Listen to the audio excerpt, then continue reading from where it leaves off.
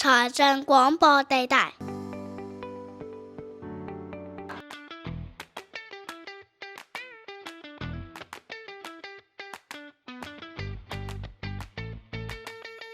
大家好啊！11月28係校運會，請穿着清齊運動服。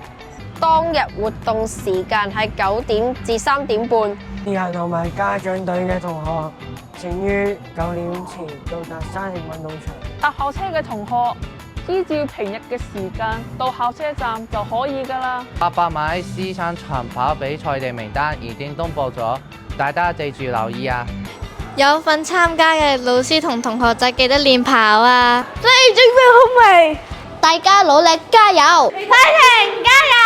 我哋準備好啦！